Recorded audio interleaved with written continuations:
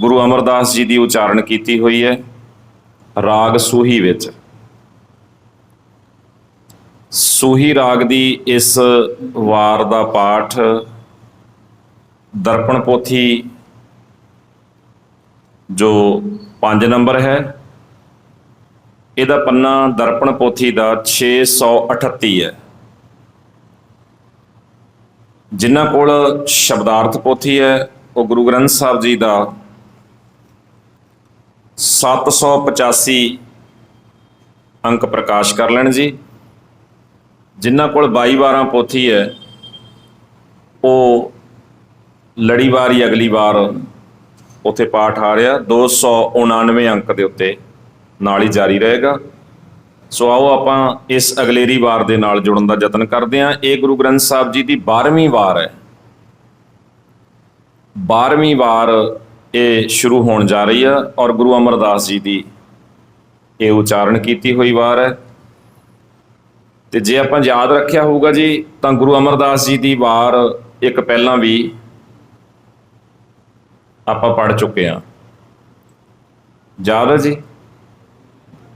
हाँ जी, गूजरी की वार, बिल्कुल ठीक है। गूजरी की वार महला तीजा आप एक पहला भी पढ़ चुके हैं। ये दूजी वार गुरु अमरदास जी की साडे सामने है जी।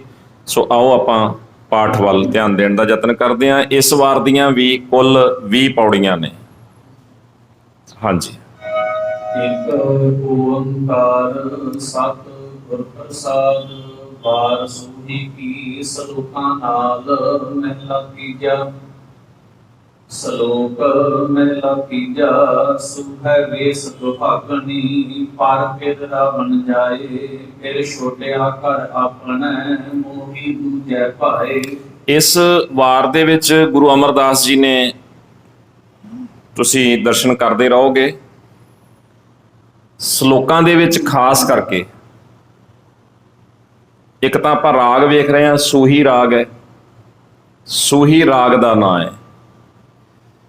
पर अगे हुण जदों असी पाठ कर रहे हैं तो देखो पहला ही जिहड़े सलोक का पहला ही शब्द है वो आया सूह है। हुण जिन्नी वारी भी सूहा, सूह है, सूही, सूहवीए ये सारे शब्द आउणगे, ये सारे रंग तो आ रहे हैं। जिवें लाल रंग, हरिया रंग, इत्थे सूहे रंग तो आ रहा।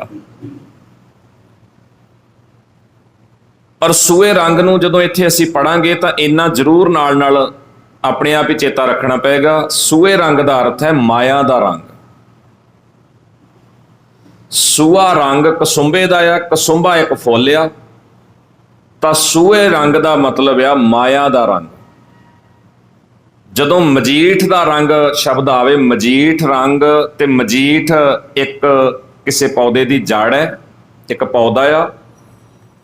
अजकल क्योंकि जमाना थोड़ा जिहा होर तरीके नाल अगे अगे वध गया, अजकल हुण कपड़ियां नूं रंग चढ़ाउण वास्ते उन्हां कोल कई तरीके आ।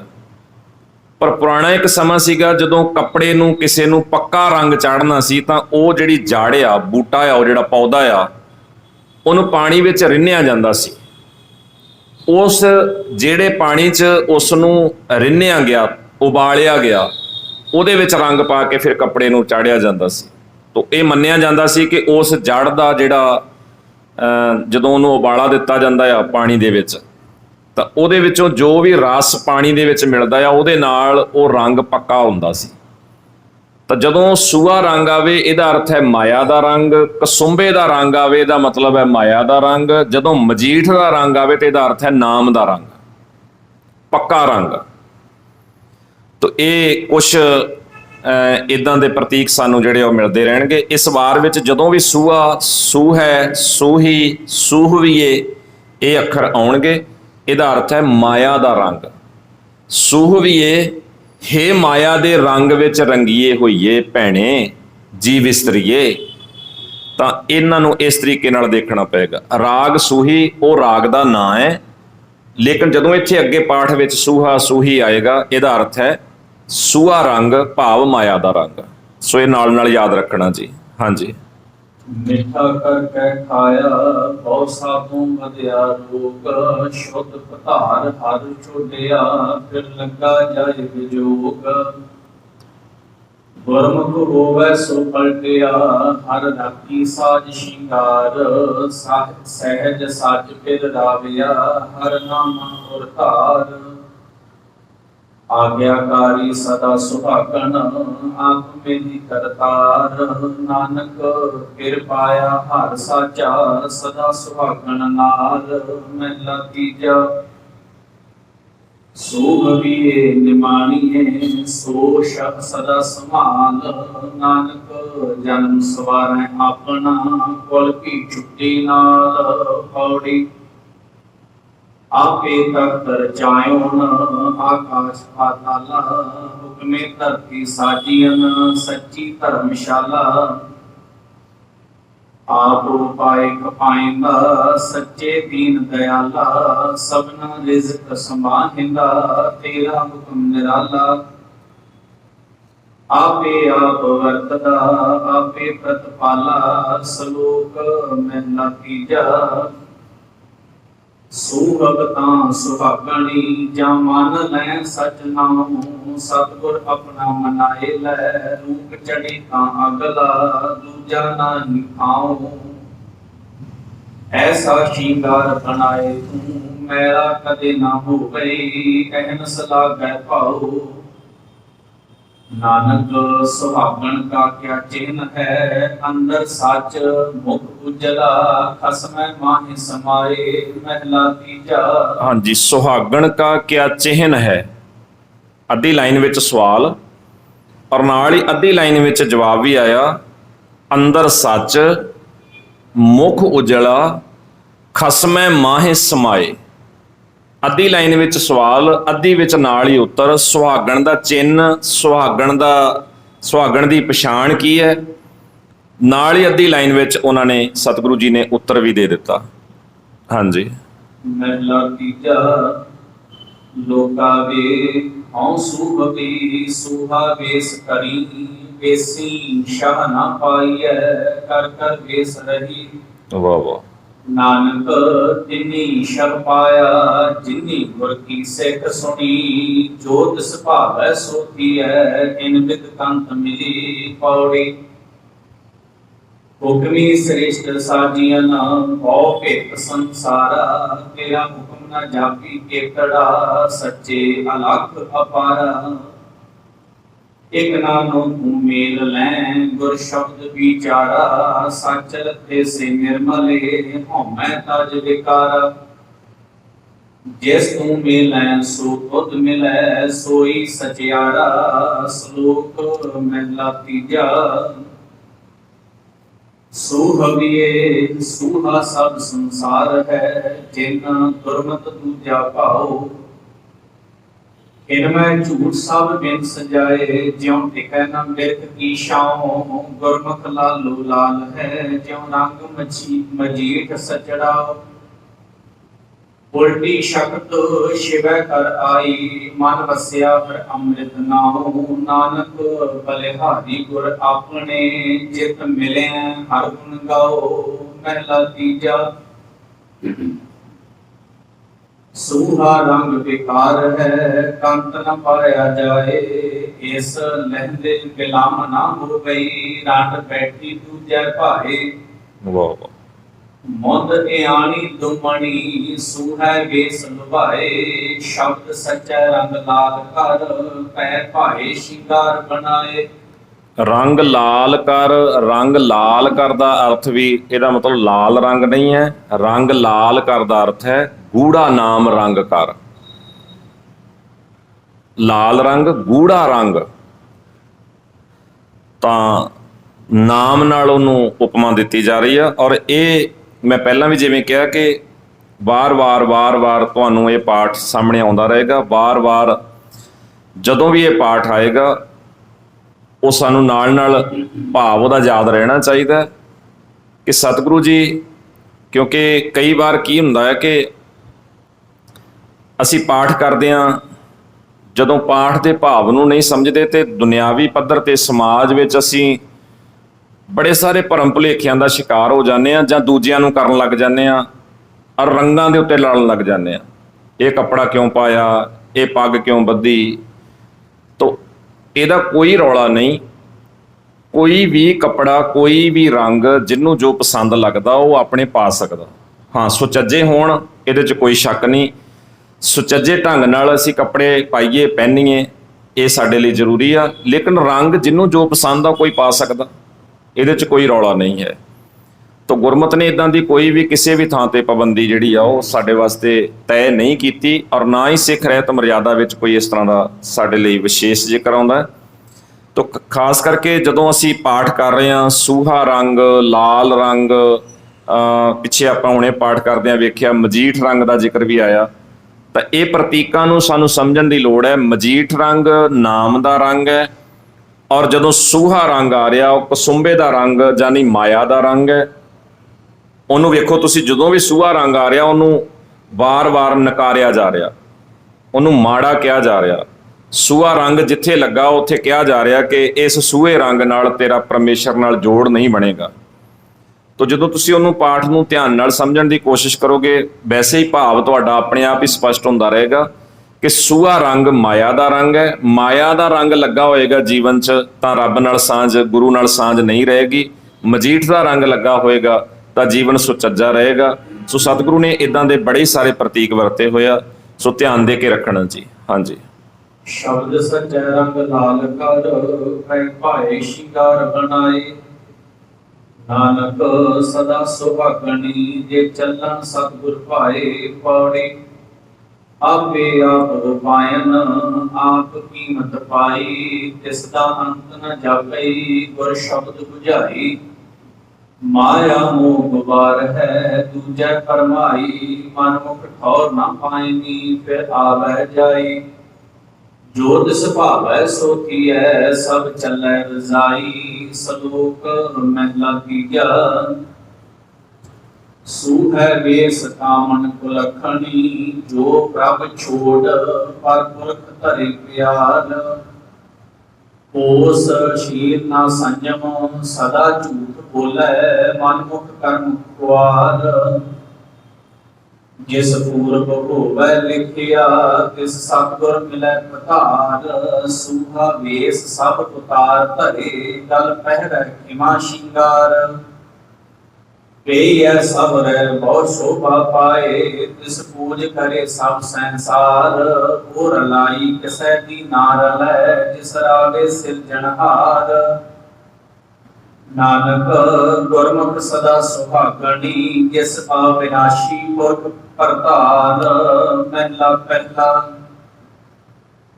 ਸੂਹਾ ਰੰਗ ਸੁਪਨੈ ਨਿਸੀ, ਬਿਨ ਭਾਗੇ ਗਲ ਹਾਰ। ਹਾਂਜੀ।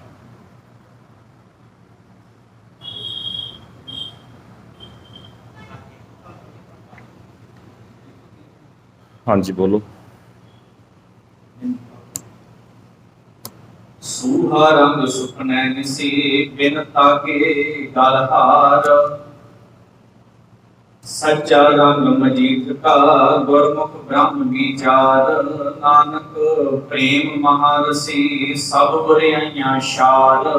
ਪੌੜੀ ਇਹ ਜਗ ਆਪੋ ਪਾਇਓਨ, ਕਰ ਚੋਜ ਵਿਡਾਨ। ਪੰਜ ਧਾਤ ਵਿੱਚ ਪਾਈਨ, ਮੋਹ ਝੂਠ ਗੁਮਾਨ। ਆਵੈ ਜਾਏ ਭਵਾਈਐ, ਮਨ ਮੁਖ ਅਗਿਆਨ। ਇਕ ਨਾ ਆਪ ਬੁਝਾਇਓਨ, ਗੁਰਮੁਖ ਹਰਿ ਗਿਆਨ। ਭਗਤ ਖਜ਼ਾਨਾ ਬਖਸ਼ਿਓਨ, ਹਰਿ ਨਾਮ ਨਿਧਾਨ। ਸ਼ਲੋਕ ਮਹਿਲਾ ਤੀਜਾ। ਸੂਹਵੀਏ ਸੂਹਾ ਵੇਸ ਛੱਡ ਤੂੰ, ਤਾਂ ਫਿਰ ਲਗੀ ਪਿਆਰ। ਸੂਹੈ ਵੇਸ ਫਿਰ ਕਿਨੈ ਨਾ ਪਾਇਓ, ਮਨ ਮੁਖ ਤਜ ਮੁਈ ਗਾਵਾਰ। ਸਤਿਗੁਰ ਮਿਲਿਆ ਸੂਹਾ ਵੇਸ ਗਿਆ, ਹਉਮੈ ਵਿੱਚੋਂ ਮਾਰ। ਮਨ ਤਨ ਰਤਾ ਲਾਲ ਹੋਆ, ਰਸਨਾ ਰਤੀ ਗੁਣਸਾਰ। ਸਦਾ ਸੁਹਾਗਣ ਸ਼ਬਦ ਮਨ ਭੈ ਭਾਏ ਕਰੇ ਸ਼ਿੰਗਾਰ। ਨਾਨਕ ਕਰਮੀ ਮਹਿਲ ਪਾਇਆ ਫਿਰ ਰੱਖਿਆ ਫਿਰ ਰਾਖਿਆ ਪੁਰਧਾਰ। ਮਹਿਲਾ ਤੀਜਾ। ਮੁੰਡੇ ਸੁਹਾ ਪਰ ਹਰੋ ਲਾਲ ਕਰੋ ਸ਼ਿੰਗਾਰ। ਆਵਣ ਜਾਣਾ ਵਿਸਰੈ ਗੁਰ ਸ਼ਬਦੀ ਵਿਚਾਰ। ਮੁੰਦ ਸੁਹਾਵੀ ਸੋਹਣੀ ਜਿਸ ਘਰ ਸਹਿਜ ਪਧਾਰ। ਨਾਨਕ ਸਾ ਧਨ ਰਾਵੀਐ ਰਾਵੇ ਰਾਵਣ ਹਾਰ। ਪੌੜੀ ਮੋਹ ਕੂੜ ਕੁਟੰਬ ਹੈ ਮਨ ਮੁਖ ਮੁਗਧ ਰਤਾ। ਮੋਹ ਮੇਰਾ ਕਰ ਮੋਏ ਕਿਛ ਸਾਥ ਨਾ ਦਿੱਤਾ। ਸਿਰ ਉਪਰ ਜਮਕਾਲ ਨਾ ਸੁਝਈ ਦੂਜੈ ਪਰ ਮਿੱਤਾ। ਫਿਰ ਮੇਰਾ ਹੱਥ ਨ ਆਵਈ ਜਮਕਾਲ ਬਸ ਕੀਤਾ। ਜਿਹਾ ਧੁਰ ਲਿਖ ਪਾਇਓ ਨ ਸੇ ਕਰਮ ਕਮਿਤਾ। ਸਲੋਕ ਮਹਿਲਾ ਤੀਜਾ। ਸਤੀਆਂ ਇਹ ਨਾ ਆਖੀਆਂ ਜੋ ਮੜਿਆ ਲੱਗ ਜਲਾਨਾ। ਨਾਨਕ ਸਤੀਆਂ ਜਾਣੀਆਂ ਜੇ ਬਿਰਹੇ ਚੋਟ ਮਰਾਨਾ। ਮਹਿਲਾ ਤੀਜਾ। ਵਾਹ। ਭੀ ਸੋ ਸਤੀਆਂ ਜਾਣੀਆਂ ਸੀਲ ਸੰਤੋਖ ਰਹਾਨ। ਸੇਵਨ ਸਾਈ ਆਪਣਾ ਨਿਤ ਉਠ ਸੰਭਾਲਨ। ਵਾਹ। ਮਹਿਲਾ ਤੀਜਾ। ਸਤਿਗੁਰੂ ਜੀ ਨੇ ਇਹਨਾਂ ਦੋਵਾਂ ਸ਼ਲੋਕਾਂ ਦੇ ਵਿੱਚ ਸਤੀਆਂ ਦਾ ਜ਼ਿਕਰ ਕੀਤਾ। ਔਰ ਆਪਾਂ ਇੱਕ ਦਿਨ ਪਹਿਲਾਂ ਵੀ ਧਿਆਨ ਦੇ ਰਹੇ ਸਾਂ ਕਿ ਸਤੀ ਕਿਹਾ ਜਾਂਦਾ ਹੈ ਜਦੋਂ ਕੋਈ ਪਤੀ ਚੜ੍ਹਾਈ ਕਰ ਜਾਏ ਤੇ ਪਤਨੀ ਨੂੰ ਉਹਦੇ ਨਾਲ ਹੀ ਚਿਖਾ ਦੇ ਵਿੱਚ ਅੱਗ ਦੇ ਵਿੱਚ ਸੜ ਮਰਨਾ ਚਾਹੀਦਾ। ਬਾਕੀਆਂ ਥਾਵਾਂ ਦੇ ਉੱਤੇ ਇਹ ਰਵਾਇਤ ਨਹੀਂ, ਲੇਕਿਨ ਭਾਰਤ ਦੇ ਵਿੱਚ ਇਹ ਰਵਾਇਤ ਬਹੁਤ ਸਖਤੀ ਦੇ ਨਾਲ ਧਰਮ ਦੀ ਮੋਹਰ ਲਾ ਕੇ ਲਾਗੂ ਕੀਤੀ ਗਈ। ਪਤੀ ਚੜ੍ਹਾਈ ਕਰ ਜਾਏ ਤੇ ਪਤਨੀ ਨੂੰ ਜਿਉਣ ਦਾ ਹੱਕ ਨਹੀਂ। ਪਰ ਦੂਜਾ ਪਾਸਾ ਇਹਦਾ ਇਹ ਸੀ ਕਿ ਜੇ ਪਤਨੀ ਚੜ੍ਹਾਈ ਕਰ ਜਾਏ ਤੇ ਪਤੀ ਨੂੰ ਸੜਨ ਦੀ ਲੋੜ ਨਹੀਂ, ਉਹ ਦੂਜਾ ਵਿਆਹ ਕਰਵਾ ਸਕਦਾ। ਇਹ ਹਾਲਾਤ ਇਦਾਂ ਦੇ ਰਹੇ। ਕਿਸੇ ਇੱਕ ਵੀ ਥਾਂ ਤੇ ਕੋਈ ਇੱਕ ਵੀ ਮਰਦ ਕਿਸੇ ਵੀ ਔਰਤ ਦੇ ਨਾਲ ਸੜਿਆ ਮਰਿਆ ਨਹੀਂ, ਲੇਕਿਨ ਹਜ਼ਾਰਾਂ ਜਾਨੀ ਬੇਅੰਤ ਤੁਹਾਨੂੰ ਉਹ ਸਾਰੇ ਕਿਸੇ ਕਹਾਣੀਆਂ ਲਗਾਤਾਰ ਮਿਲਣਗੀਆਂ ਕਿ ਔਰਤਾਂ ਨੂੰ ਪਤੀ ਦੇ ਨਾਲ ਜਿਉਂਦਿਆਂ ਜਲਾ ਦਿੱਤਾ ਗਿਆ। ਉਹਦੇ ਲਈ ਇੱਕ ਰਵਾਇਤ ਆ, ਜਦੋਂ ਪਤੀ ਚੜ੍ਹਾਈ ਕਰ ਜਾਏ, ਪਤੀ ਨੂੰ ਜਦੋਂ ਅਗਨ ਭੇਟ ਕੀਤਾ ਜਾਣਾ ਆ, ਤਾਂ ਉਸ ਵੇਲੇ ਪਤਨੀ ਨੂੰ ਇੱਕ ਸੰਧੂਰਿਆ ਹੋਇਆ ਸੰਧੂਰ ਨਾਲ ਲਬੇੜ ਕੇ ਨਾਰੀਅਲ ਉਹਦੇ ਹੱਥ ਵਿੱਚ ਫੜਾਇਆ ਜਾਣਾ। ਤਾਂ ਪਤਨੀ ਲਈ ਇਹ ਜ਼ਰੂਰੀ ਆ, ਇਹ ਰਵਾਇਤ ਆ ਕਿ ਉਹ ਖੁਸ਼ੀ ਨਾਲ ਉਸ ਨਾਰੀਅਲ ਨੂੰ ਸਵੀਕਾਰ ਕਰੇ ਤੇ ਆਪ ਆਰਾਮ ਨਾਲ ਪਤੀ ਦੇ ਸਿਰ ਵਾਲੇ ਪਾਸੇ ਪਤੀ ਦਾ ਸਿਰ ਆਪਣੀ ਗੋਦ ਵਿੱਚ ਰੱਖ ਕੇ ਚਿਖਾ ਵਿੱਚ ਬੈਠ ਜਾਏ। ਔਰ ਦੂਜਾ ਪਾਸਾ ਇਹਦਾ ਇਹ ਵੀ ਕਰੂਰਤਾ ਵਾਲਾ ਜਿਹੜਾ ਇਹਦੋਂ ਵੀ ਅੱਗੇ ਦਾ ਮਿਲਦਾ ਆ ਕਿ ਜੇ ਕੋਈ ਧੀ ਭੈਣ ਇਸ ਗੱਲ ਨੂੰ ਸਵੀਕਾਰ ਨਹੀਂ ਕਰਦੀ ਤਾਂ ਫਿਰ ਸਮਾਜ ਦੀ ਇਹ ਜ਼ਿੰਮੇਵਾਰੀ ਬਣਦੀ ਆ ਕਿ ਚਿਖਾ ਨੂੰ ਅੱਗ ਲਾ ਕੇ ਉਸ ਨੂੰ ਜ਼ਬਰਦਸਤੀ ਬੰਨ੍ਹ ਕੇ ਵਿੱਚ ਸੁੱਟ ਦਿੱਤਾ ਜਾਏ। ਤਾਂ ਉਹ ਰੋਵੇ ਚੀਕੇ ਜੋ ਮਰਜ਼ੀ ਕਰੇ, ਉਹਨੂੰ ਜਿਉਣ ਦਾ ਹੱਕ ਨਹੀਂ ਹੈ। ਬੰਨ੍ਹ ਕੇ ਧੱਕੇ ਨਾਲ ਵੀ ਅੱਗ ਲਾਉਣ ਤੋਂ ਬਾਅਦ ਉਹਦੇ ਵਿੱਚ ਸੁੱਟ ਦਿੱਤਾ ਗਿਆ। ਔਰ ਜੇ ਕੋਈ ਅੱਗ ਦੇ ਵਿੱਚੋਂ ਭੱਜਣ ਦੀ ਦੌੜਨ ਦੀ ਕੋਸ਼ਿਸ਼ ਕਰਦਾ ਆ ਤਾਂ ਉੱਥੇ ਪ੍ਰਬੰਧ ਹੈ, ਉਹਨੂੰ ਲੱਠ ਨਾਲ ਡਾਂਗ ਨਾਲ ਉਹਦੇ ਵਿੱਚ ਮਾਰ ਕੇ ਸੁੱਟਿਆ ਜਾਏਗਾ। ਉਹਨੂੰ ਕੋਈ ਛੋੜ ਨਹੀਂ, ਕੋਈ ਰਿਆਇਤ ਨਹੀਂ ਕਿ ਕਿਸੇ ਤਰੀਕੇ ਨਾਲ ਕੋਈ ਤਰਸ ਕੀਤਾ ਜਾ ਸਕੇ। ਸੋ ਇਹ ਸਾਰੀਆਂ ਰਵਾਇਤਾਂ ਰਹੀਆਂ। ਔਰ ਤੁਸੀਂ ਦੇਖੋਗੇ ਪੰਜਾਬ ਦੇ ਵਿੱਚ, ਕਿਉਂਕਿ ਅਸੀਂ ਲਗਭਗ ਪ੍ਰਚਾਰ ਲਈ ਵੱਖ-ਵੱਖ ਥਾਵਾਂ ਦੇ ਉੱਤੇ ਵਿਚਰਦੇ ਰਹਿੰਦੇ ਹਾਂ, ਪਰ ਕੁਝ ਥਾਵਾਂ ਦੇ ਉੱਤੇ ਨਾ ਤੁਹਾਨੂੰ ਅੱਜ ਭਾਵੇਂ ਉਹ ਗੁਰਦੁਆਰੇ ਸਥਾਪਿਤ ਹੋ ਗਏ, ਅਸਲ 'ਚ ਉਹ ਗੁਰਦੁਆਰੇ ਨਹੀਂ ਸੀਗੇ। ਜਿਵੇਂ ਰੌਲਾ ਰੱਪਾ ਪਿਆ ਕਿ ਮੜੀਆਂ, ਕਬਰਾਂ, ਸਤੀਆਂ ਜਾਂ ਜਠੇਰੇ ਇਹ ਨਹੀਂ ਪੂਜਣੇ, ਇਹ ਸਿੱਖ ਧਰਮ ਦੀ ਰਵਾਇਤ ਨਹੀਂ। ਤਾਂ ਫਿਰ ਉਹਨਾਂ ਥਾਵਾਂ ਦੇ ਉੱਤੇ ਕਮਰੇ ਬਣਾ ਕੇ ਨਾ, ਹਾਲ ਬਣਾ ਕੇ ਉੱਥੇ ਗੁਰੂ ਗ੍ਰੰਥ ਸਾਹਿਬ ਦਾ ਪ੍ਰਕਾਸ਼ ਕਰਕੇ ਬਾਹਰ ਲਿਖ ਦਿੱਤਾ ਗਿਆ ਗੁਰਦੁਆਰਾ ਮਾਈਆਂ ਸਤੀਆਂ। ਉਹ ਜਿਹੜੇ ਸਤੀਆਂ ਗੁਰਦੁਆਰੇ ਸਤੀਆਂ ਦੇ ਨਾਂ ਤੇ ਬਣੇ ਹੋਏ ਆ ਜਾਂ ਜਗ੍ਹਾ ਬਣੀਆਂ ਹੋਈਆਂ, ਉਹ ਅਸਲ ਦੇ ਵਿੱਚ ਉਹੀ ਸਾਰਾ ਕੁਛ ਆ। ਤੋ ਇੱਕ ਬੰਨੇ ਉਹਨਾਂ ਨੂੰ ਜਿਉਣ ਦਾ ਹੱਕ ਨਹੀਂ, ਜ਼ਬਰਦਸਤੀ ਧੱਕੇ ਨਾਲ ਮਾਰਿਆ ਜਾਂਦਾ ਆ। ਦੂਜੇ ਪਾਸੇ ਉਹਨਾਂ ਦੇ ਕੁਝ ਥਾਵਾਂ ਨੂੰ ਇਦਾਂ ਬਣਾ ਕੇ ਉਹਨਾਂ ਦੀ ਪੂਜਾ ਵੀ ਜਿਹੜੀ ਆ ਉਹ ਸਮਾਜ ਵਿੱਚ ਤੁਹਾਨੂੰ ਕੀਤੀ ਹੋਈ ਮਿਲਦੀ ਆ। ਤੋ ਅੱਜ ਵੀ ਇਹ ਗੁਰਦੁਆਰੇ ਸਾਡੇ ਪੰਜਾਬ ਦੇ ਕਈ ਪਿੰਡਾਂ ਦੇ ਵਿੱਚ ਸਤੀਆਂ ਮਾਈਆਂ ਦਾ ਗੁਰਦੁਆਰਾ, ਮਾਈ ਸਤੀ ਦਾ ਗੁਰਦੁਆਰਾ, ਇਹੋ ਜਿਹੇ ਥਾਂ ਤੁਹਾਨੂੰ ਪੰਜਾਬ 'ਚ ਮਿਲ ਰਹੇ ਆ। ਗੁਰੂ ਸਾਹਿਬ ਨੇ, ਗੁਰੂ ਅਮਰਦਾਸ ਜੀ ਨੇ ਇਸ ਗੱਲ ਨੂੰ ਬੜੇ ਜ਼ੋਰ ਦੇ ਕੇ ਰੋਕਿਆ ਔਰ ਅਕਬਰ ਦੇ ਰਾਹੀਂ ਉਹਨੂੰ ਇਹ ਕਿਹਾ ਸੀਗਾ ਕਿ ਇਸ ਕਾਨੂੰਨ ਨੂੰ ਇਸ ਪ੍ਰਥਾ ਨੂੰ ਰੋਕ। ਜੇ ਤੂੰ ਕੁਝ ਕਰਨਾ ਚਾਹੁੰਦਾ ਤਾਂ ਬਹੁਤ ਵੱਡਾ ਪਾਪ, ਇੱਕ ਧੱਕਾ ਜਿਹੜਾ ਆ ਉਹ ਔਰਤ ਦੇ ਨਾਲ ਇੱਥੇ ਹੋ ਰਿਹਾ, ਇਹਨੂੰ ਰੋਕ। ਔਰ ਅਕਬਰ ਨੇ ਵਾਅਦਾ ਕੀਤਾ ਸੀਗਾ ਕਿ ਮਹਾਰਾਜ ਇੱਥੇ ਤਾਂ ਲੋਕਲ ਮੈਂ ਐਲਾਨ ਨਹੀਂ ਕਰਦਾ, ਲੇਕਿਨ ਇਹ ਵਾਅਦਾ ਰਿਹਾ ਕਿ ਦਿੱਲੀ ਜਾਂਦਿਆਂ ਮੈਂ ਦਰਬਾਰ 'ਚ ਬੈਠਦਿਆਂ ਮੈਂ ਆਪਣੀ ਸਭਾ ਦੇ ਵਿੱਚ ਇਹਦੇ ਲਈ ਸਰਕਾਰੀ ਕਾਨੂੰਨ ਬਣਾਵਾਂਗਾ ਔਰ ਕਾਨੂੰਨ ਬਣਾ ਕੇ ਇਸ ਪ੍ਰਥਾ ਨੂੰ ਆਪਾਂ ਰੋਕਾਂਗੇ। ਇਹਨੂੰ ਇਦਾਂ ਜ਼ਬਾਨੀ ਗੁਲਾਮੀ ਨਹੀਂ ਰੋਕਿਆ ਜਾ ਸਕਦਾ। ਸੋ ਅਕਬਰ ਨੇ ਕਾਨੂੰਨ ਬਣਾ ਕੇ ਇਸ ਪ੍ਰਥਾ ਨੂੰ ਰੋਕਿਆ। ਤਾਂ ਜਿਹੜੀ ਸਦੀਆਂ ਤੋਂ ਚੱਲਦੀ ਆ ਰਹੀ ਸੀਗੀ ਪਰੰਪਰਾ, ਉਹਨੂੰ ਰੋਕਿਆ। ਲੇਕਿਨ ਅਜੇ ਵੀ ਕਿਤੇ ਕਿਤੇ ਤੁਸੀਂ ਦੇਖੋਗੇ, ਅਜੇ ਅੱਜ ਦੇ ਇਸ ਯੁੱਗ ਦੇ ਅੰਦਰ ਵੀ ਕਿਤੇ ਕਿਤੇ ਇੱਕਾ ਦੁੱਕਾ ਘਟਨਾਵਾਂ ਤੁਹਾਨੂੰ ਮੀਡੀਆ ਦੇ ਵਿੱਚ ਪੜ੍ਹਨ ਨੂੰ ਮਿਲਦੀਆਂ ਕਿ ਇਹ ਅਜੇ ਵੀ ਰਵਾਇਤ ਕਿਤੇ ਕਿਤੇ ਮਾੜਾ ਮਾੜਾ ਸਾਹ ਲੈਂਦੀ ਆ। ਇਹ ਰਵਾਇਤ ਅਜੇ ਵੀ ਕਿਤੇ ਕਿਤੇ ਮਾੜਾ ਮਾੜਾ ਸਾਹ ਲੈਂਦੀ ਆ। ਤੋ ਇਹ ਬੜੀਆਂ ਸਾਰੀਆਂ ਇਦਾਂ ਦੀਆਂ ਕੁਰੀਤੀਆਂ ਸੀ। ਸੋ ਇਹ ਜਿਹੜਾ ਸੀ ਸ਼ਲੋਕਾਂ ਦਾ ਪਾਠ ਕਰ ਰਹੇ ਹਾਂ, ਮਹਾਰਾਜ ਨੇ ਬਹੁਤ ਸੋਹਣਾ ਪੱਖ ਦਿੱਤਾ। ਆਖਣ ਲੱਗੇ ਸਤੀਆਂ ਇਹ ਨਾ ਆਖੀਆਂ ਜੋ ਮੜਿਆਂ ਲੱਗ ਜਲਨ, ਨਾਨਕ ਸਤੀਆਂ ਜਾਣੀਆਂ ਜੇ ਬਿਰਹੇ ਚੋਟ ਮਰਨ।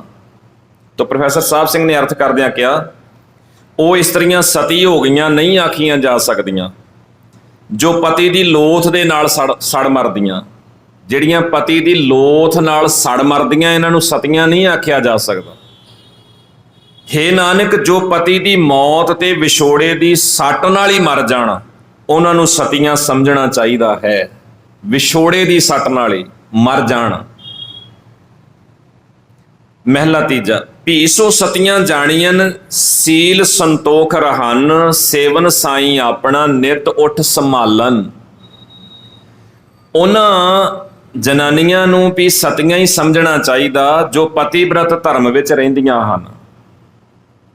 ਜੋ ਪਤੀਬ੍ਰਤ ਧਰਮ ਵਿੱਚ ਰਹਿੰਦੀਆਂ ਹਨ, ਉਹਨਾਂ ਨੂੰ ਵੀ ਸਤੀਆਂ ਹੀ ਸਮਝਣਾ ਚਾਹੀਦਾ ਹੈ ਜੋ ਆਪਣੇ ਖਸਮ ਦੀ ਸੇਵਾ ਕਰਦੀਆਂ ਹਨ ਤੇ ਸਦਾ ਉਦਮ ਨਾਲ ਆਪਣਾ ਇਹ ਧਰਮ ਚੇਤੇ ਰੱਖਦੀਆਂ ਹਨ। ਸੋ ਇਹਨਾਂ ਨੂੰ ਵੀ ਸਤੀਆਂ ਕਹਿਣਾ ਚਾਹੀਦਾ। ਇਹ ਵੀ ਸਤੀਆਂ ਨੇ। ਇਹ ਹਮੇਸ਼ਾ ਪਤੀ ਦੇ ਨਾਲ ਮੋਢਾ ਜੋੜ ਕੇ ਹਰ ਦੁੱਖ ਸੁੱਖ ਦੇ ਅੰਦਰ, ਹਰ ਊਚ ਨੀਚ ਦੇ ਵਿੱਚ ਹਰ ਵੇਲੇ ਸਾਇਆ ਬਣ ਕੇ ਖੜੀਆਂ ਨੇ। ਇਹ ਵੀ ਸਤੀ ਨੇ। ਇਹ ਹਰ ਦੁੱਖ ਸੁੱਖ, ਹਰ ਮੁਸ਼ਕਲ, ਹਰ ਊਚ ਨੀਚ ਨੂੰ, ਜਿੰਨਾ ਪਤੀ ਦੇ ਉੱਤੇ ਮੁਸ਼ਕਲ ਪੈ ਰਹੀ ਆ, ਉਹਨੂੰ ਬਰਾਬਰ ਦੇ ਉੱਤੇ ਬਰਦਾਸ਼ਤ ਕਰ ਰਹੀਆਂ ਨੇ। ਜੇ ਉਹ ਭੁੱਖਾ ਤੇ ਆਇਆ, ਇਹ ਵੀ ਭੁੱਖੀਆਂ ਤੇ ਆਈਆਂ ਨੇ। ਇਹ ਵੀ ਸਤੀਆਂ ਨੇ। ਇਹ ਨਾਲ ਪੂਰੀਆਂ ਸਤੀ ਹੋਈਆਂ ਵਾ। ਔਰ ਤੀਜਾ ਸ਼ਲੋਕ ਵੀ ਅਸੀਂ ਪਾਠ ਕਰਦੇ ਹਾਂ ਜੀ, ਦੇਖਦੇ ਹਾਂ। ਹਾਂਜੀ। ਮਹਿਲਾ ਤੀਜਾ, ਕੰਤਾਂ ਨਾਲ ਮਹਿਲੀਆਂ ਸੇਤੀ ਅੱਗ ਜਲਾਨੇ, ਜੇ ਜਾਣੈ ਫਿਰ ਆਪਣਾ ਤਾਂ ਦੁੱਖ ਸਹਾਏ। ਨਾਨਕ ਕੰਤ ਨ ਜਾਣਨੀ ਸੇ ਕਿਉ ਅੱਗ ਜਲਾਨੇ, ਭਾਵੈ ਜੀਵੋ ਕੈ ਮਰੋ ਦੂਰੋਂ ਹੀ ਭਜ ਜਾਹੇ। ਪੌੜੀ ਖੁਦ ਦੁਖ ਸੁਖ ਨਾਲੋਂ ਪਾਇਆ, ਲੇਖ ਕਰਤੈ ਲਿਖਿਆ। ਨਾਮੈ ਜੀਵੜ ਹੋਰ ਦਾਤ ਨਾਹੀ, ਤਿਸ ਰੂਪ ਨਾ ਰਿਖਿਆ।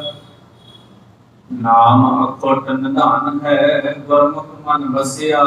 ਕਰ ਕਿਰਪਾ ਨਾਮ ਦੇਵ ਸੀ, ਫਿਰ ਲੇਖ ਨਾ ਲਿਖਿਆ। ਸੇਵਕ ਭਾਏ ਸੇ ਜਨ ਮਿਲੇ ਜਿਨ ਹਰ ਜਪ ਜਪਿਆ ਸ਼ਲੋਕ ਮਹਿਲਾ ਦੂਜਾ। ਇਸ ਪੌੜੀ ਦਾ ਜਿਹੜਾ ਤੀਜਾ ਸ਼ਲੋਕ ਅਸੀਂ ਦਰਸ਼ਨ ਕੀਤੇ ਆ ਜੀ, ਕੰਤਾਂ ਨਾਲ ਮਹੇਲੀਆਂ ਸੇਤੀ ਅੱਗ ਜਲਾਹੇ, ਜੇ ਜਾਣੇ ਫਿਰ ਆਪਣਾ ਤਾਂ ਤਨ ਦੁੱਖ ਸਹਾਹੇ। ਬਹੁਤ ਸੋਹਣੇ ਅਰਥ ਪ੍ਰੋਫੈਸਰ ਸਾਹਿਬ ਸਿੰਘ ਜੀ ਨੇ ਕੀਤੇ। ਆਖਣ ਲੱਗੇ ਸਤੀ ਇਸਤਰੀਆਂ ਆਪਣੇ ਖਸਮ ਦੇ ਜਿਉਂਦਿਆਂ ਉਸ ਦੀ ਸੇਵਾ ਕਰਦੀਆਂ ਹਨ, ਖਸਮ ਦੇ ਜਿਉਂਦਿਆਂ ਉਸ ਦੀ ਸੇਵਾ ਕਰਦੀਆਂ ਹਨ, ਪਤੀ ਨੂੰ ਆਪਣਾ ਸਮਝਦੀਆਂ ਹਨ, ਤਾਈਏ ਸਰੀਰ ਦੇ ਦੁੱਖ ਸਹਿੰਦੀਆਂ ਹਨ। ਪਰ ਹੇ ਨਾਨਕ, ਜਿਨ੍ਹਾਂ ਨੇ ਖਸਮ ਨੂੰ ਖਸਮ ਨਾ ਜਾਤਾ, ਜਿਨ੍ਹਾਂ ਨੇ ਖਸਮ ਨੂੰ ਖਸਮ ਨਾ ਜਾਤਾ, ਉਹ ਕਿਉਂ ਦੁੱਖ ਸਹਿਣ? ਜਿਨ੍ਹਾਂ ਨੇ ਖਸਮ ਨੂੰ ਖਸਮ ਨਹੀਂ ਜਾਣਿਆ, ਉਹ ਦੁੱਖ ਕਿਉਂ ਸਹਿਣ? ਪਤੀ ਚਾਹੇ ਸੁਖੀ ਹੋਵੇ ਚਾਹੇ ਦੁਖੀ ਹੋਵੇ, ਉਹ ਔਖੇ ਵੇਲੇ ਨੇੜੇ ਨਹੀਂ ਟੁੱਕਦੀਆਂ। ਫਿਰ ਇਹਨਾਂ ਨੂੰ ਸਤੀਆਂ ਥੋੜਾ ਆਖਿਆ ਜਾ ਸਕਦਾ, ਇਹ ਸਤੀਆਂ ਦੀ ਲਾਈਨ 'ਚ ਥੋੜਾ ਆਉਂਦੀਆਂ ਨੇ। ਪਤੀ ਦੁਖੀ ਹੋਵੇ ਸੁਖੀ ਹੋਵੇ, ਉਹਦੇ ਦੁੱਖ ਸੁੱਖ ਵੇਲੇ ਉਹਦੇ ਮੋਢੇ ਨਾਲ ਮੋਢਾ ਜੋੜ ਕੇ ਨਹੀਂ ਖਲੋਂਦੀਆਂ। ਇਹਨਾਂ ਨੂੰ ਸਤੀਆਂ ਥੋੜਾ ਆਖਿਆ ਜਾ ਸਕਦਾ, ਇਹ ਥੋੜੀਆਂ ਸਤੀ ਨੇ। ਸਤੀਆਂ ਜਿਵੇਂ ਅਸੀਂ ਤਿੰਨਾਂ ਸ਼ਲੋਕਾਂ ਦੇ ਵਿੱਚ ਵੇਖ ਰਹੇ ਹਾਂ। ਸੋ ਸਾਡੀਆਂ ਬੜੀਆਂ ਵੱਡੀਆਂ ਭਾਰੀਆਂ ਜ਼ਿੰਮੇਵਾਰੀਆਂ ਆ, ਬਹੁਤ ਭਾਰੀਆਂ ਜ਼ਿੰਮੇਵਾਰੀਆਂ। ਇਹਨੂੰ ਅਸੀਂ ਸਿਰਫ ਇੱਥੇ ਤੱਕ ਹੀ ਸੀਮਤ ਕਰ ਰਹੇ ਹਾਂ ਕਿ ਇਹ ਸਾਡਾ ਜਿਹੜਾ ਰਿਸ਼ਤਾ ਹੈ, ਪਤੀ ਪਤਨੀ ਵਾਲਾ ਜਿਹੜਾ ਸਾਡਾ ਰਿਸ਼ਤਾ ਹੈ, ਇਹ ਸਿਰਫ ਇੱਕ ਬੱਧੋ ਰੁੱਧੀ ਦਾ ਰਿਸ਼ਤਾ ਹੈ। ਜਾਂ ਸਮਾਜ ਵਿੱਚ ਤੁਸੀਂ ਗੱਲਬਾਤ ਕਰੋ, ਕਿਤੇ ਨੇੜੇ ਬੈਠੋ, ਤਾਂ ਆਮ ਤੌਰ ਤੇ ਫਿਰ ਜਦੋਂ ਕੋਈ ਊਚ ਨੀਚ ਵਾਪਰਦੀ ਆ, ਉਦੋਂ ਫਿਰ ਇਹ ਸ਼ਬਦ ਵਰਤੇ ਜਾਂਦੇ ਆ, ਭਾਈ ਕੋਈ ਗੱਲ ਨਹੀਂ, ਹੁਣ ਕੀ ਕਰਨਾ ਆ, ਭੱਜਿਆ ਥੋੜਾ ਜਾਣਾ ਆ, ਗਲ ਪਿਆ ਢੋਲ ਵਜਾ। ਉਹਨੂੰ ਗਲ ਪਿਆ ਢੋਲ ਵਜਾਉਣ ਦੀ ਸਿੱਖਿਆ ਦਿੱਤੀ ਜਾ ਰਹੀ ਆ। ਜਦ ਕਿ ਜੇ ਸਮਝਿਆ ਜਾਏ ਤਾਂ ਇਹ ਜ਼ਿੰਮੇਵਾਰੀ ਬੜੀ ਪਵਿੱਤਰ ਆ, ਬਹੁਤ ਵਧੀਆ ਜ਼ਿੰਮੇਵਾਰੀ ਆ। ਔਰ ਜਦੋਂ ਸਤਿਗੁਰੂ ਜੀ ਦੀ ਬਾਣੀ ਨੂੰ ਪੜ੍ਹਦੇ ਹਾਂ ਤਾਂ ਮਹਾਰਾਜ ਸੱਚੇ ਪਾਤਸ਼ਾਹ ਆਖਦੇ, ਨੀਕੀ ਤੇਰੀ ਬਿਗਾਰੀ ਆਲੇ ਤੇਰਾ ਨਾਉ। ਇਹ ਜਿਹੜੀ ਵਿਗਾਰ ਹੈ ਬੜੀ ਚੰਗੀ ਆ। ਫਿਰ ਆਪਾਂ ਪੜ੍ਹਦੇ ਹਾਂ ਤਾਂ ਮਹਾਰਾਜ ਸੱਚੇ ਪਾਤਸ਼ਾਹ ਜੀ ਨੇ ਪਾਵਨ ਬਾਣੀ 'ਚ ਕਬੀਰ ਸਾਹਿਬ ਦਾ ਸ਼ਲੋਕ ਸੰਭਾਲਿਆ। ਕਬੀਰ ਸਾਹਿਬ ਨੇ ਵੀ ਬਹੁਤ ਕਮਾਲ ਕੀਤੀ। ਆਖਣ ਲੱਗੇ, ਜੇ ਤੁਸੀਂ ਗ੍ਰਸਤੀ ਬਣਨਾ ਆ ਨਾ ਤਾਂ ਧਰਮੀ ਬਣਿਓ, ਧਰਮੀ। ਕਬੀਰ ਜੋ ਗ੍ਰਹਿ ਕਰੇ ਤਾਂ ਧਰਮ ਕਰ, ਨਹੀਂ ਤਾਂ ਕਰ ਬੈਰਾਗ। ਜੇ ਧਰਮ ਨਹੀਂ ਨਾ ਨਿਭਦਾ, ਤੇਰੇ ਕੋਲੋਂ ਫਰਜ਼ ਨਹੀਂ ਨਿਭਦੇ, ਤਾਂ ਬੈਰਾਗੀ ਹੋ ਜਾ, ਤਿਆਗੀ ਹੋ ਜਾ, ਪਾਸੇ ਹੋ ਜਾ। ਗ੍ਰਸਤ ਜੀਵਨ ਨੂੰ, ਗ੍ਰਸਤ ਧਰਮ ਨੂੰ ਗੰਧਲਿਆਂ ਕਰਨ ਦਾ ਤੈਨੂੰ ਕੋਈ ਹੱਕ ਨਹੀਂ, ਤੈਨੂੰ ਕੋਈ ਹੱਕ ਨਹੀਂ। ਫਿਰ ਸੁਣਿਓ, ਕਬੀਰ ਜੋ ਗ੍ਰਹਿ ਕਰੇ ਤਾਂ ਧਰਮ ਕਰ। ਜੇ ਗ੍ਰਹਿ ਦਾ ਅਰਥ ਹੈ ਘਰ, ਜੇ ਘਰ ਬਾਰੀ ਬਣਨਾ ਹੈ ਤਾਂ ਧਰਮ ਕਰ, ਧਰਮ ਵਾਲਾ ਬਣਾ। ਤੇ ਜੇ ਨਹੀਂ ਤੇਰੇ ਕੋਲ ਸੂਤਰ ਆ ਰਿਹਾ, ਨਾ ਹੀ ਤਾਂ ਕਰ ਬੈਰਾਗ, ਨਹੀਂ ਤਾਂ ਫਿਰ ਬੈਰਾਗੀ ਹੋ ਜਾ, ਤਿਆਗੀ ਹੋ ਜਾ, ਛੱਡ ਦੇ, ਪਾਸੇ ਹੋ ਜਾ। ਬੈਰਾਗੀ ਬੰਧਨ ਕਰੇ, ਘਰ-ਬਾਰ ਛੱਡ ਕੇ, ਜ਼ਿੰਮੇਵਾਰੀਆਂ ਛੱਡ ਕੇ ਬੰਦਾ ਤਿਆਗੀ ਹੋ ਗਿਆ, ਤੇ ਤਿਆਗੀ ਹੋ ਕੇ ਫੇਰ ਬੰਧਨਾਂ ਦੇ ਵਿੱਚ ਪੈ ਰਿਹਾ। ਤਾਂ ਕੋ ਵੱਡੋ ਅਭਾਗ, ਇਹਦੇ ਵਰਗਾ ਮੰਦਿਆਂ ਭਾਗਾਂ ਵਾਲਾ ਕਿਹੜਾ ਹੋ ਸਕਦਾ। ਤਿਆਗੀ ਵਾਲੀ ਲਾਈਨ 'ਚ ਜਾ ਕੇ ਫੇਰ ਬੰਧਨਾਂ 'ਚ ਪੈ ਰਿਹਾ, ਇਹਦੇ ਨਾਲੋਂ ਹੋਰ ਮੰਦੇ ਭਾਗ ਕੀ ਹੋ ਸਕਦੇ ਆ। ਤਿਆਗੀ ਵੀ ਅਖਬਾਰ ਆ, ਤਿਆਗੀ ਵਾਲੀ ਲਾਈਨ 'ਚ ਖੜਾ, ਤਿਆਗੀਆਂ ਵਾਲਾ ਲਿਬਾਸ ਪਾਇਆ, ਤਿਆਗੀਆਂ ਵਾਲੀਆਂ ਗੱਲਾਂ ਕਰਦਾ, ਪਿਆ ਬੰਧਨਾਂ ਵਿੱਚ ਹੋਇਆ। ਇਹਦੋਂ ਮੰਦੇ ਭਾਗ ਹੋਰ ਕੀ ਹੋ ਸਕਦੇ ਹੁਣ। ਸੋ ਗ੍ਰਸਤ ਜੀਵਨ ਦੀਆਂ ਗੱਲਾਂ ਜਿਹੜੀਆਂ ਅਸੀਂ ਸਤਿਗੁਰੂ ਜੀ ਦੇ ਕੋਲੋਂ ਪੜ੍ਹਦੇ, ਸੁਣਦੇ, ਸਿੱਖਦੇ ਹਾਂ, ਉਹ ਸਾਨੂੰ ਬੜੀਆਂ ਕੰਮ ਦੀਆਂ ਗੱਲਾਂ ਨੇ, ਜਿਹੜੀਆਂ ਸਾਨੂੰ ਪੱਲੇ ਬੰਨਣੀਆਂ ਪੈਣੀਆਂ।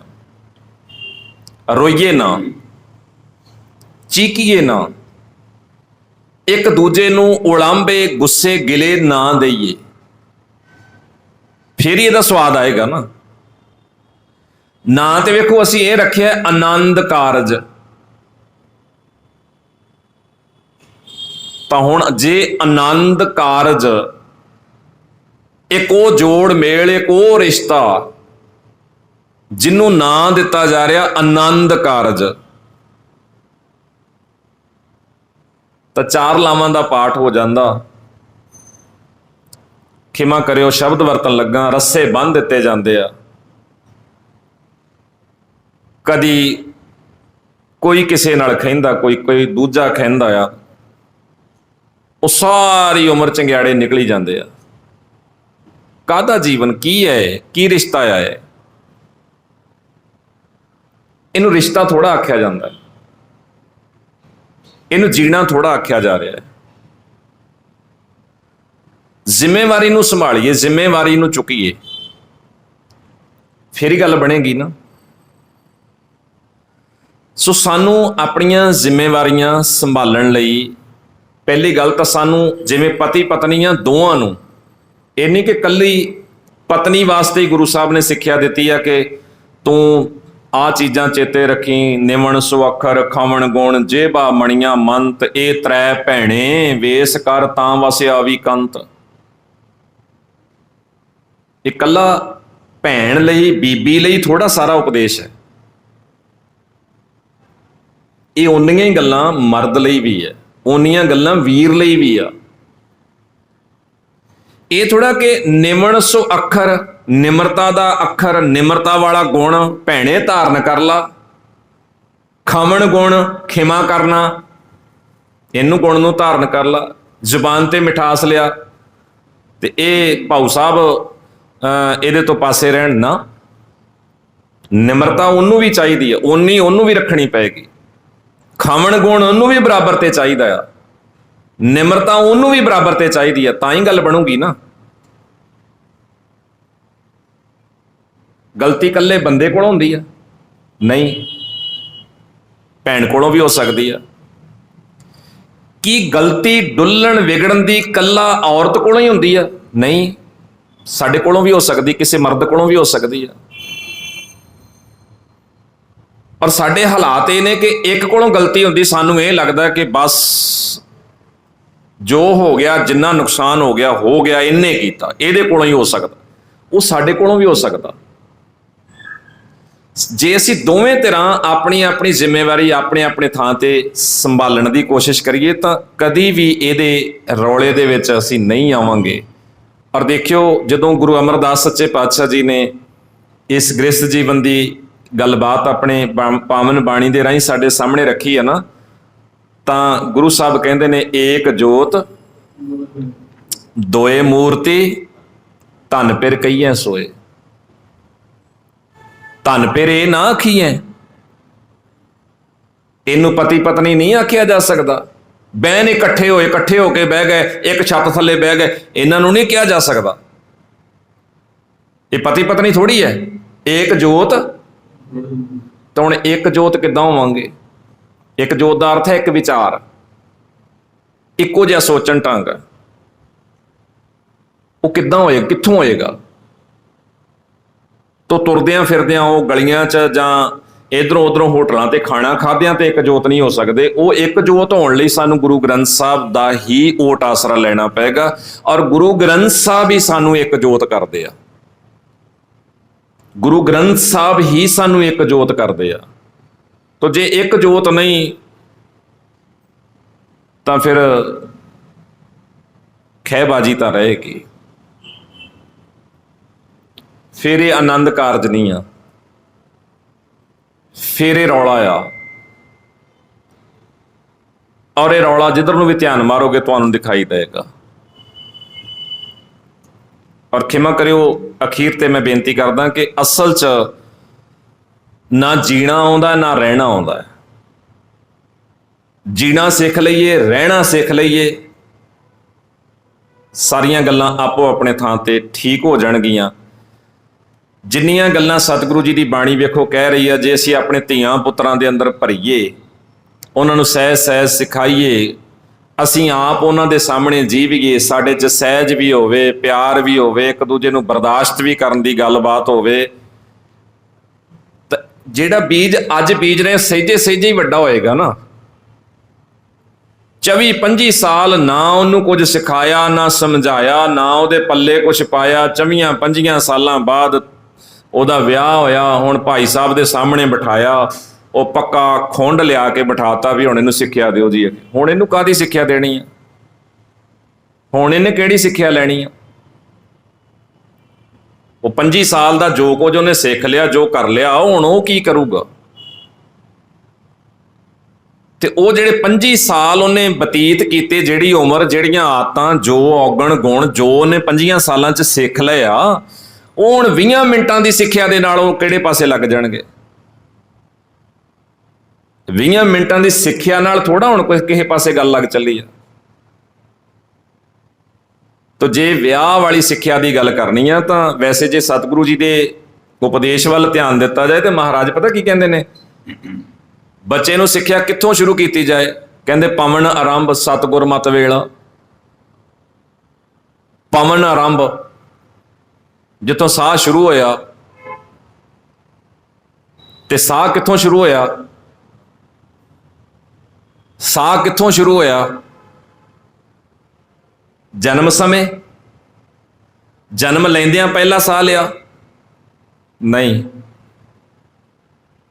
ਉਹ ਪਹਿਲਾਂ ਮਾਂ ਦੇ ਗਰਭ 'ਚ ਵੀ ਜਿਉਂਦਾ ਸੀਗਾ, ਉੱਥੇ ਵੀ ਹਰਕਤ ਵਿੱਚ ਸੀਗਾ। ਜਾਨੀ ਬੱਚੇ ਦੇ ਜਨਮ ਤੋਂ ਪਹਿਲਾਂ ਤੁਸੀਂ ਆਪਣੇ ਆਪ ਨੂੰ ਉਸ ਤਰੀਕੇ ਨਾਲ ਘੜਨਾ ਸ਼ੁਰੂ ਕਰੋ। ਭਾਈ ਤੁਹਾਡੇ ਘਰ ਜੋ ਮਹਿਮਾਨ ਆ ਰਿਹਾ ਹੈ, ਉਹਦੇ ਲਈ ਤੁਹਾਡੇ ਕੋਲ ਤਿਆਰੀ, ਉਹਦੇ ਕੋਲ ਘਾੜਤ, ਉਹਨੂੰ ਦੇਣ ਲਈ ਤੁਹਾਡੇ ਕੋਲ ਕੀ ਹੈ? ਇਹਦੀ ਤਿਆਰੀ ਕਰੋ। ਪਵਨ ਆਰੰਭ। ਤਾਂ ਸਾਡੇ ਕੋਲ ਤਿਆਰੀ ਕੋਈ ਨਹੀਂ। ਸਾਡੇ ਕੋਲ ਦੇਣ ਲੈਣ ਨੂੰ ਹੈ ਕੱਖ ਨਹੀਂ। ਲੀੜਾ ਕੱਪੜਾ ਹੀ ਆ, ਖਾਣ ਪੀਣ ਆ। ਜਨਮ ਦਿਨ ਤੇ ਮੋਮਬੱਤੀਆਂ ਬੁਝਾਉਣ ਨੂੰ ਦੁਕਾਨ ਤੋਂ ਮਿਲ ਜਾਂਦੀਆਂ, ਫੂਕਾਂ ਮਾਰ ਕੇ ਬੁਝਾ ਆਉਨੇ ਆ। ਚੰਗੇ ਉਹਨੂੰ ਪੜ੍ਹਨੇ ਪਾ ਰਹੇ ਆ ਵੀ ਫੂਕਾਂ ਮਾਰ ਮਾਰ ਦੀਵੇ ਬੁਝਾਈ ਜਾ, ਚਾਨਣ ਨਾ ਹੋਵੇ, ਇੱਥੇ ਹਨੇਰਾ ਰਵੇ, ਲੱਗਾ ਰਹੇ ਤਕੜਾ ਹੋ ਕੇ। ਇਹੀ ਹੋ ਰਿਹਾ ਨਾ, ਜਗਦੀ ਨਾ ਰਵੇ ਮੋਮਬੱਤੀ ਕੋਈ। ਜੇ ਰਹਿ ਜਾਂਦੀ ਉਹਨੂੰ ਫੇਰ ਧੌਣੋਂ ਫੜ ਕੇ ਕਹਿੰਦੇ ਇਹਨੂੰ ਵੀ ਮਾਰ, ਹੁਣ ਇਹ ਵੀ ਬੁਝਾ ਦੇ। ਦੀਵੇ ਜਗਾਉਣ ਵਾਲੇ ਬਣਾਈਏ, ਬੁਝਾਉਣ ਵਾਲੇ ਨਾ ਬਣਾਈਏ। ਬੁਝਾਉਣ ਵਾਲੇ ਤੇ ਬਥੇਰੇ ਤੁਰੇ ਫਿਰਦੇ ਆ, ਉਹਦੀ ਟ੍ਰੇਨਿੰਗ ਦੇਣ ਦੀ ਥੋੜਾ ਲੋੜ ਹੈਗੀ ਆ। ਅਸੀਂ ਕਿਸੇ ਵੇਖਾ ਵੇਖੀ ਨਾ, ਠੀਕ ਹੈ ਸਾਨੂੰ ਛੱਡਣਾ ਔਖਾ ਲੱਗ ਰਿਹਾ, ਸਾਨੂੰ ਬਹੁਤ ਲੱਗਦਾ ਵੀ ਬੜੇ ਕਸੂਤੇ ਫਸ ਗਏ ਆ। ਅਸਲ 'ਚ ਜੇ ਅਸੀਂ ਸੋਚਾਂਗੇ, ਵਿਚਾਰਾਂਗੇ, ਸਾਡਿਆਂ ਘਰਾਂ 'ਚੋਂ ਇਹ ਚੀਜ਼ਾਂ ਨਿਕਲ ਆਉਣਗੀਆਂ, ਬਾਹਰ ਪਾਸੇ ਹੋਣ ਲੱਗਿਆਂ ਦੇਰ ਨਹੀਂ ਲੱਗਦੀ। ਕੱਢਿਆ ਜਾ ਸਕਦਾ ਆ, ਕੱਢਿਆ ਜਾ ਸਕਦਾ। ਬੜੇ ਪਰਿਵਾਰ ਇਹਨਾਂ ਚੀਜ਼ਾਂ 'ਚੋਂ ਬਾਹਰ ਆਏ ਨੇ। ਸੋ ਮਹਾਰਾਜ ਸੱਚੇ ਪਾਤਸ਼ਾਹ ਜੀ ਨੇ ਜਿਹੜੀਆਂ ਸਾਨੂੰ ਬਖਸ਼ਿਸ਼ਾਂ ਕੀਤੀਆਂ, ਆਓ ਅਸੀਂ ਉਹਨਾਂ ਨੂੰ ਸਮਝਣ ਦਾ ਯਤਨ ਕਰਿਆ ਕਰੀਏ। ਪਾਠ ਵਿੱਚੋਂ ਅਸੀਂ ਇਹੀ ਕੁਝ ਸਿੱਖਣਾ ਹੈ। ਸਾਡਿਆਂ ਘਰਾਂ ਦਾ ਰਹਿਣ ਸਹਿਣ, ਸਾਡਾ ਸੁਭਾਅ, ਸਾਡਾ ਵਰਤੋਂ ਵਿਹਾਰ ਕਿੱਦਾਂ ਦਾ ਹੋਵੇ, ਮਹਾਰਾਜ ਨੇ ਸਾਨੂੰ ਇਹਨਾਂ ਪਾਵਨ ਬਾਣੀ ਦੇ ਉਪਦੇਸ਼ਾਂ ਦੇ ਰਾਹੀਂ ਬਖਸ਼ਿਸ਼ਾਂ ਕੀਤੀਆਂ ਹਨ। ਸੋ ਆਓ ਆਪਾਂ ਅਗਲੇ ਪਾਠ ਨਾਲ ਜੁੜਨ ਦਾ ਯਤਨ ਕਰਦੇ ਹਾਂ ਜੀ। ਹਾਂਜੀ। ਸ਼ਲੋਕ ਪਹਿਲਾ ਦੂਜਾ। ਜਿਨੀ ਚੱਲਣ ਜਾਣਿਆ ਸਿਓ ਸੇ ਕਿਉਂ ਕਰੇ ਵਿਥਾਰ। ਚੱਲਣ ਸਾਰ ਨਾ ਜਾਮਨੀ ਕਾਜ ਸਵਾਰਨ ਹਾਰ। ਪਹਿਲਾ ਦੂਜਾ। ਰਾਤ ਕਾਰਨ ਤਨ ਸੰਚਿਆ ਪਲਕੇ ਚੱਲਣ ਹੋਏ। ਨਾਨਕ ਨਾਲ ਨ ਚਲਈ ਫਿਰ ਪਛਤਾਵਾ ਹੋਏ। ਪਹਿਲਾ ਦੂਜਾ। ਬੱਦਾ ਚੱਟੀ ਜੋ ਪਰੇ ਨਾ ਗੁਣ ਨਾ ਉਪਕਾਰ। ਸੇਤੀ ਖੁਸ਼ੀ ਸਵਾਰਿਆ ਨਾਨਕ ਕਾਰਜ ਸਾਰ। ਪਹਿਲਾ ਦੂਜਾ। ਮਨ ਹਟ ਤਰਫ ਨਾ ਜਿਪਈ ਜੇ ਬਹੁਤਾ ਕਾਲੇ। ਤਰਫ ਜਿਣੈ ਸਤ ਭਾਉ ਦੇ ਜਨ ਨਾਨਕ ਸ਼ਬਦ ਵਿਚਾਰੇ। ਪੌੜੀ। ਕਰਤਾ ਕਾਰਨ ਜਿਨ ਕੀਆ ਸੋ ਜਾਣੈ ਸੋਈ। ਆਪੇ ਸ੍ਰਿਸ਼ਟ ਪਾਇਨ ਆਪੇ ਪੁਨ ਗੋਈ। ਜੁਗ ਚਾਰੇ ਸਭ भाव थकी किन कीमत होई, सतगुर एक विखालिया मन तन सुख होई। गुरमुख सदा सलाहिया करता करे सो होई। श्लोक पहला दूजा जिना को तिन नाए को मुझको निभया निभव्या निभव्या नानक एक पटंतरा तित दीवान गया। जिन्ना, हाँ जी दोबारा एक बारी देखियो जी। जिन्ना भौ तिन नाहे भौ मुझ भौ निभव्या निभव्या। नानक ए पटंतरा तित दीवान गया गया। हाँ जी मैला दूजा तुरदे को तुरता मिला, उड़ते को उड़ता, जीवते को जीवता मिला, मुए को मुआ। नानक सो सालाहिया जिन कारण किया। बिल्कुल ठीक है जी। गुरु अंगद साहब जी का श्लोक है, तुरदे को तुरदा मिले, उड़ते को उड़ता, जीवते को जीवता मिले, मूए को मूआ। सो इस श्लोक का भाव मतलब है कि जिद्दां दा बंदा आप है, जिद्दां दा उहदा सुभाਅ आ, उदां दे बंदे नाल ਉਹ ਆਪਣਾ ਗੱਠ ਜੋੜ ਰੱਖਦਾ ਆ, ਉਦਾਂ ਦੇ ਵਿਅਕਤੀ ਨਾਲ ਹੀ ਉਹ ਆਪਣਾ ਸੰਬੰਧ ਜੋੜਦਾ ਆ, ਉਦਾਂ ਦੇ ਵਿਅਕਤੀ ਨਾਲ ਹੀ ਉਹ ਬਹਿਣਾ ਉੱਠਣਾ ਰੱਖਣਾ ਚਾਹੁੰਦਾ ਆ।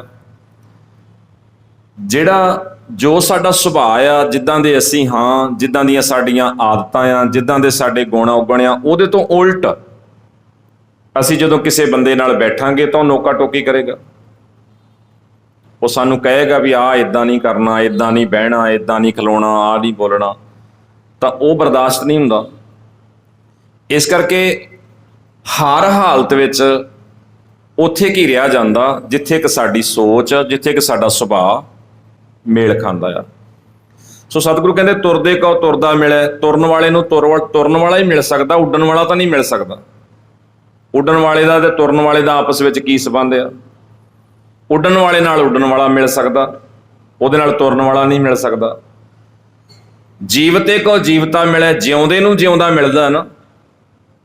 ਜਿਉਂਦੇ ਦਾ ਮੁਰਦੇ ਨਾਲ ਕੀ ਸੰਬੰਧ ਹੈ ਤੇ ਮੁਰਦੇ ਦਾ ਜਿਉਂਦੇ ਨਾਲ ਕੀ ਸੰਬੰਧ ਹੈ? ਜੀਵਤੇ ਕੋ ਜੀਵਤਾ ਮਿਲੇ, ਮੂਏ ਕੋ ਮੂਆ। ਜਿਨ੍ਹਾਂ ਨੇ ਸ਼ਰਾਬ ਪੀਣੀ ਉਹ ਸ਼ਰਾਬੀ ਫਿਰ ਇਕੱਠੇ ਹੋ ਜਾਂਦੇ, ਵਲ ਫੁਲ ਭੰਨ ਕੇ ਕਿਸੇ ਨਾ ਕਿਸੇ ਤਰੀਕੇ ਨਾਲ। ਦੇਖ ਲਓ ਇੱਥੇ ਮੂਏ ਕੋ ਮੂਏ ਦਾ ਮਤਲਬ ਇਹ ਨਹੀਂਗਾ ਕਿ ਜਦੋਂ ਕੋਈ ਮਰ ਜਾਂਦਾ ਤੇ ਉਹ ਗਾਂ ਸੰਸਕਾਰ ਤੋਂ ਬਾਅਦ ਕੋਈ ਉੱਥੇ ਬੰਦੇ ਇਕੱਠੇ ਹੋਏ ਫਿਰਦੇ, ਇਹ ਨਹੀਂ ਆ। ਜੀਵਤੇ ਕੋ ਜੀਵਤੇ ਦਾ ਮਤਲਬ ਹੈ ਜਿਹੜੇ ਜਿਉਂਦੇ, ਜਿਨ੍ਹਾਂ ਦੀ ਸੁਰਤ ਜਾਗਦੀ ਆ,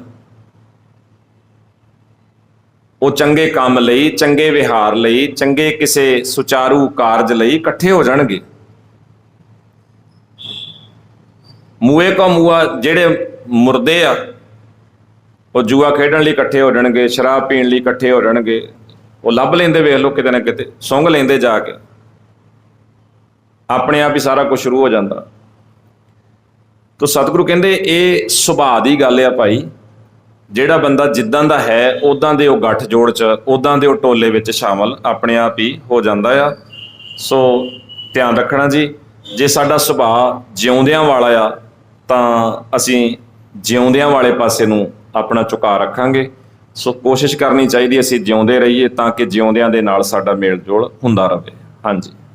ਪੌੜੀ ਸੱਚ ਧਿਆਨ ਸੇ ਸੱਚੇ ਗੁਰ ਸ਼ਬਦ ਵਿਚਾਰੀ, ਹਾਂ ਮੈਂ ਮਾਰ ਮਨ ਨਿਰਮਲਾ ਹਰ ਨਾਮ ਗੁਰ ਤਾਰੀ।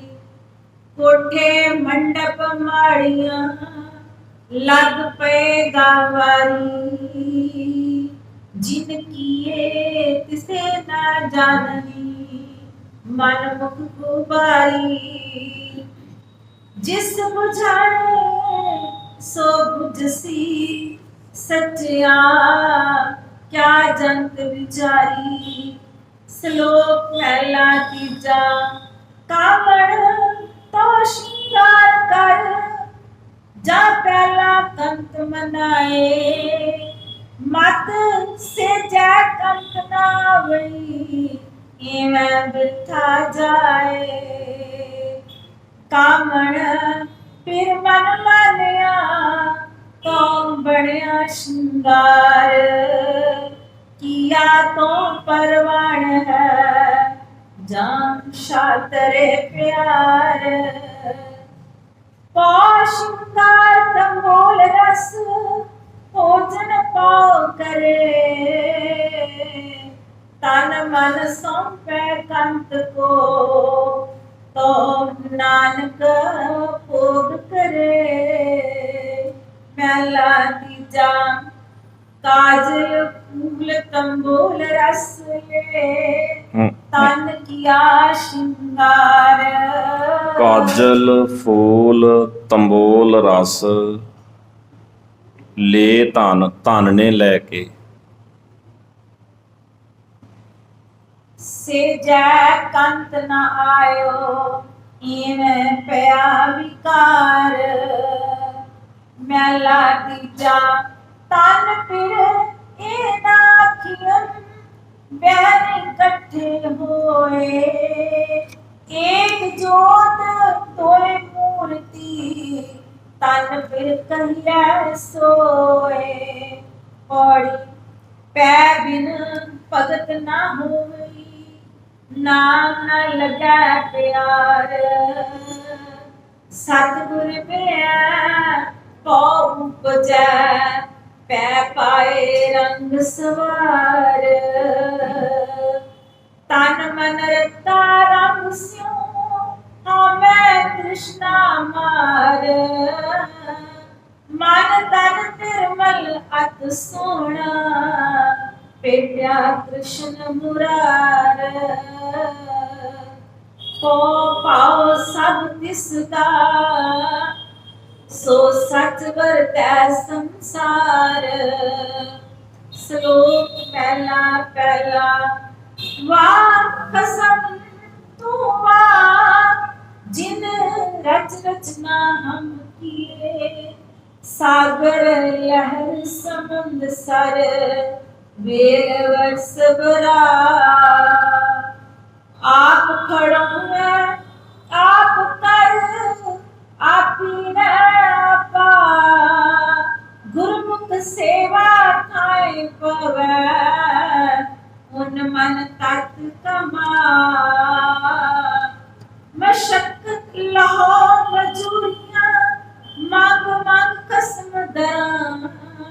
नानक पुर दर बेपरवाह तो दर उड़ा नहीं को सच्चा बेपरवाह। हाँ जी, इन्हें थोड़ा होर देखिए। नानक पुर दर वे परवाह तौ।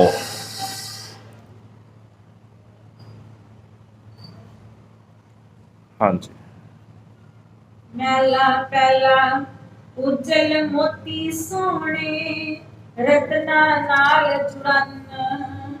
तिन जर वैरी नानका जे बूटे थिए मरन। पौड़ी हर सालन सदा सदा तन मन सौंप शरीर। गुर शब्दी सच पाया सच्चा गहर गंभीर। मन तन हृदय रब रहा हर हीरा हीर। जन्म मरण का दुख गया फिर पवै न पीर। नानक नाम सलाह तू हर कुल गहीर। श्लोक पहला पहला नानक ए तन जाय जिन जय नाम विसारिया। पौंदी जाए पराल पिछे हथ न अंबड़ै तित निबंधै ताल मैला पैला नानक मन के कम पिटिया गणत न आवई इति लहा सहम जा बख्शे ता तक्का नहीं पौड़ी सच्चा अमर चलायो कर सच पुरमान सदा न चल रव रहा सो पुरख सुजान गुर प्रसादी सेविया सच शब्द निशान पूरा ठाट बनाया रंग गुरमत माण अगम अगोचर अलख है गुरमुख हर जान श्लोक पहला पहला नानक बदरा मालका पीतर तरया आण खोटे खरे परखियन साहिब कै दीवान पहला पहला नावण चले तीर्थी मन खोटा तन चोर एक पालती मतिया दोए पाचड़ सोर बाहर तोते तुमड़ी अंदर इश्क गोर साध पले अनतिया चोर से चोरा चोर पौड़ी आपे हुक्म चलाया जग तंडा लाया एक आपे ही आप लायन गुर ते सुख पाया दादिश ए मन तावता गुर ठाक रहाया नावे नो सब लोच दी गुरमती पाया तुर लिखिया मेट न सकिया जो कर लिख पाया श्लोक पहला पहला दोए दीवे 14 हट नाले जी जेते जी तेते बन जाए खुले हट होआ व्यापार जो पहुंचा सो चलनहार तरम दलाल पाए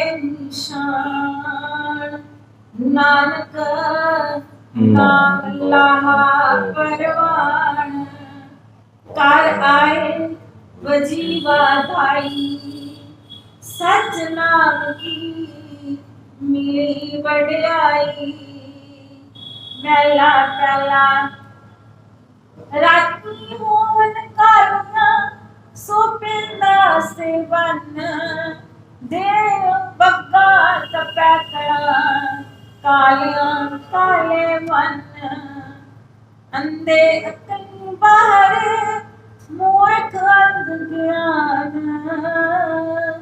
नानक नगरी बाहर तबे न पावे मान पौड़ी काया कोट रचाया हर सच्चाया पे एक दूजे पाए खुआन हमें विच व्यापे ए मानस जन्म दुलभ सा मन मुख संतापे जिस आप बुझाए सो बुझ सी जिस सतगुर थापे सब जग खेल रचायो सब वर्तापे श्लोक पहला पहला चोरा जारनिया कुटड़िया दीवान बेदीना की दोस्ती बेदीना का खान सिद्धि सार न जाननी सदा वसै शैतान गदो चंदन खोलिए पी साहू स्यों पाण ਇਹਨੂੰ ਗਦੋਂ ਨਾਲੋਂ ਗਦਾ ਚੰਦਨ ਖੌਲੀਏ ਗਦਾ गदा ਗਦਾ ਹਾਂਜੀ गदा चंदन खोलिए पी साहू स्यों पाण नानक कूड़ा तत्या कूड़ा तड़िया ताण कूड़ा कपड़ कछिया कूड़ा पहनन मान पहला पहला बामा गुरगु सिंगिया ਬਾਂਗਾਂ ਦੋਵੇਂ ਥਾਈਂ ਬਾਂਗਾਂ बामा गुरगु सिंगिया ਹਾਂ नाले नी कलाण एक दाते एक मंगते ਦਰ नाम तेरा परवान ਨਾਨਕ नानक जिनी सुन के मतिया हम तिनाम तो कुर्बान पौड़ी माया मोह सब कूड़ है कूड़ो हुए गया हाँ मैं झगड़ा पाया झगड़ा जग माया गुरमुख झगड़ चुकायो इको रब रहा सब आत्म राम पछाणिया औजल तर गया जोत समानी जोत विच हर नाम समिया श्लोक पहला पहला सतगुर पिखिया दी मैं तू समरथ दातार हमें गर्भ निवारिया काम क्रोध हंकार लाख लोग पर जालिया नाम मिला आधार ऐनिस नवतन निर्मला मैला कबू न होए नानक ये बिग छुपिया नदर तेरी सुख होए मैला पहला इको कंत सबारिया जित्ती दर खड़िया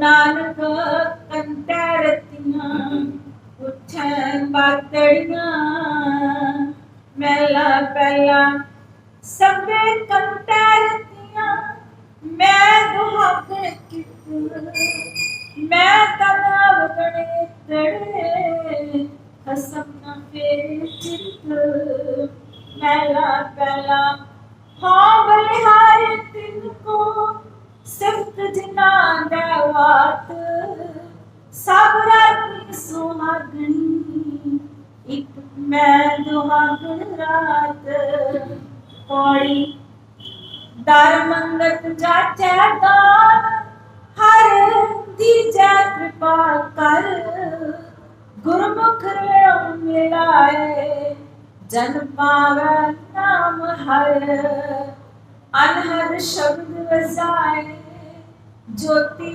जोत तर हृदय हर गुण गाए जय जय शब्द हर जग में वरताया हर सिद्धि प्रीत कर ਇਸ ਵਾਰ ਦੀਆਂ ਸਿਰਫ 5 ਪੌੜੀਆਂ ਰਹਿ ਗਈਆਂ ਜੀ ਤੇ ਅਸੀਂ ਇੱਛਾ ਇਹ ਰੱਖ ਰਹੇ ਹਾਂ ਕਿ ਇਹ 5 ਪੌੜੀਆਂ ਪੜ੍ਹ ਕੇ ਇਸ ਵਾਰ ਦੀ ਸਮਾਪਤੀ ਕਰ ਦਿੱਤੀ ਜਾਏ।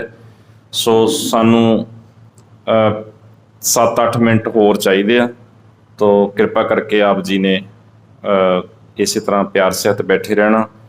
ਤੋ ਅਸੀਂ ਕੋਸ਼ਿਸ਼ ਕਰ ਰਹੇ ਹਾਂ ਕਿ ਇਹਨੂੰ ਵਾਰ ਨੂੰ ਅੱਜ ਇਸ ਐਪੀਸੋਡ ਦੇ ਵਿੱਚ ਸਮਾਪਤ ਕੀਤਾ ਜਾਏ।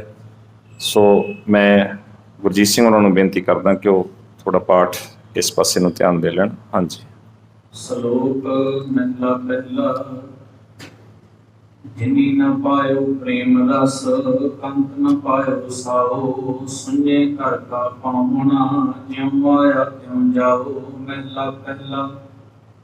सौ उलामे दिन के राती मिलन सहंस सिक्त सलाम छड़ कै करंगी लगा हंस पिट अवेहा जीविया जित खाए बधाया पेट नानक सच्चे नाम बिन सबो दुश्मन हेत पौड़ी ਢਾਡੀ ਗੁਣ ਗਾਵੇ ਨਿਤ ਜਨਮ ਸਵਾਰਿਆ ਗੁਰਮੁਖ ਸੇਵ ਸਲਾਹ ਸੱਚਾ ਗੁਰ ਧਾਰਿਆ ਘਰ ਦਰ ਪਾਵੇ ਮਹਿਲ ਨਾਮ ਪਿਆਰਿਆ ਗੁਰਮੁਖ ਪਾਇਆ ਨਾਮ ਹਉ ਗੁਰ ਕਉ ਬਾਰਿਆ ਤੂੰ ਆਪ ਸਵਾਰੈ ਆਪ ਸਿਰਜਣ ਹਾਰਿਆ ਸ਼ਲੋਕ ਮਹਿਲਾ ਪਹਿਲਾ ਦੀਵਾ ਬਲੈ ਅੰਧੇਰਾ ਜਾਏ ਵੇਦ ਪਾਠ ਮਤ ਪਾਪੰ ਖਾਏ ਉਗਵੈ ਸੂਰ ਨ ਜਾਪੈ ਚੰਦ ਜਨ ਗਿਆਨ ਪ੍ਰਕਾਸ਼ ਅਗਿਆਨ ਮਿਟੰਤ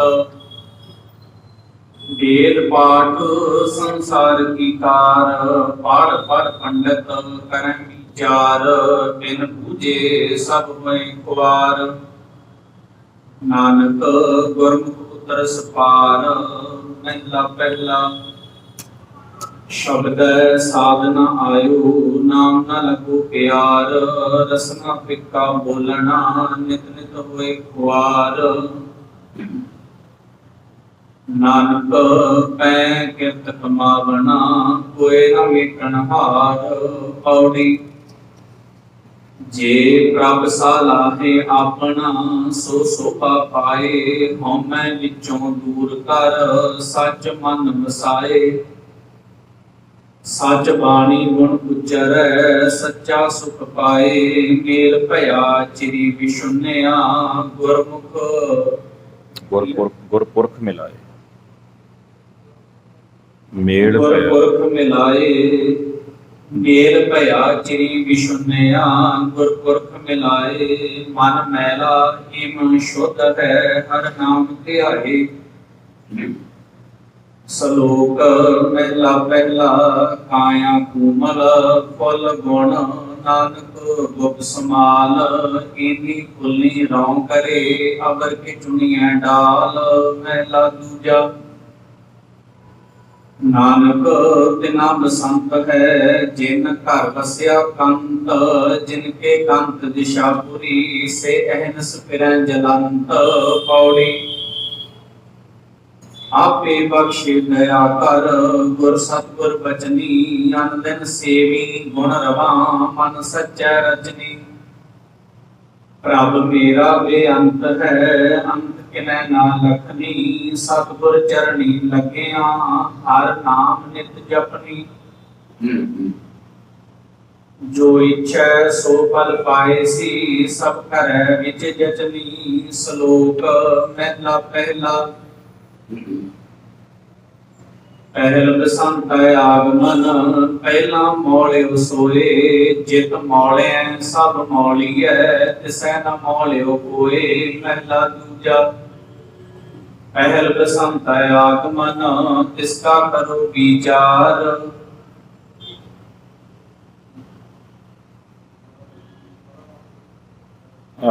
ਪਹਿਲਾ ਸ਼ਲੋਕ ਜੀ ਪਹਿਲਾ ਸ਼ਲੋਕ ਦੁਬਾਰਾ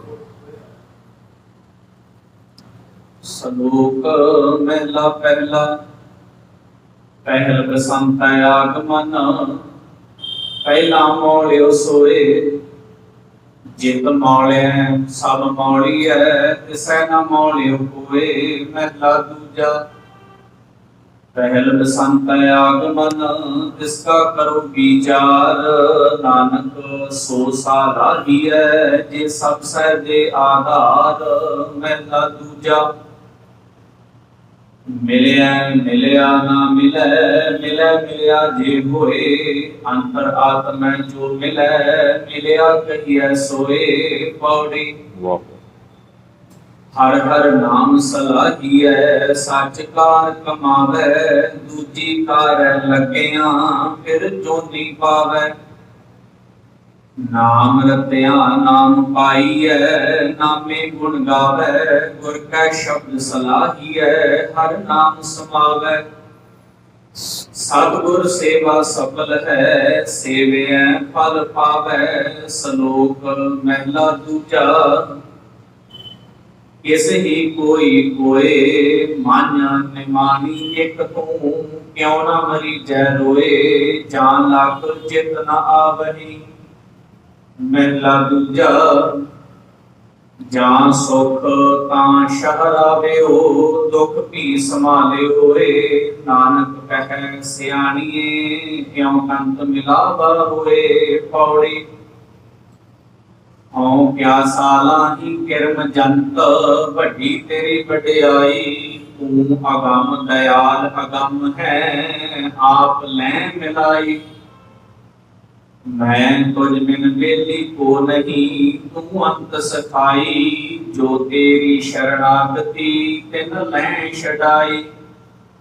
ਨਾਨਕ ਬੇਪਰਵਾਹ ਹੈ, ਤਿਸ ਤਿਲ ਨ ਕਮਾਈ। ਜੋ ਤੇਰੀ ਸ਼ਰਣਾਗਤੀ, ਤਿਨ ਲੈ ਛਡਾਈ। ਨਾਨਕ ਵੇ ਪਰਵਾਹ ਹੈ, ਤਿਸ ਤਿਲ ਨਾ ਤਮਾਈ। ਵਾਹਿਗੁਰੂ ਜੀ ਕਾ ਖਾਲਸਾ, ਵਾਹਿਗੁਰੂ ਜੀ ਕੀ ਫਤਿਹ।